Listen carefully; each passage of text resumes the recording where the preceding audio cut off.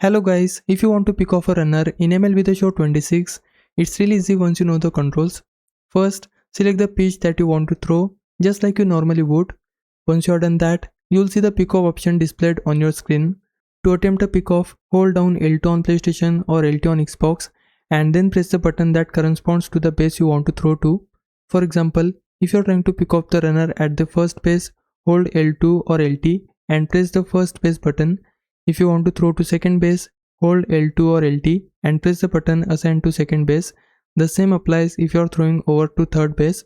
Your pitcher will make a quick throw to the selected base in an attempt to catch the runner leaning too far off the bag. Most of the time, you'll use pickoffs at first base to keep runners honest, but you can use them at any base whenever the opportunity comes up. That's all you need to do to perform a pickoff in MLB The Show 26. Just hold L2 on PS5 or LT on Xbox and press the button for the base you want to throw to. Hope this helps. Leave a like and subscribe my channel. For now, thanks for watching.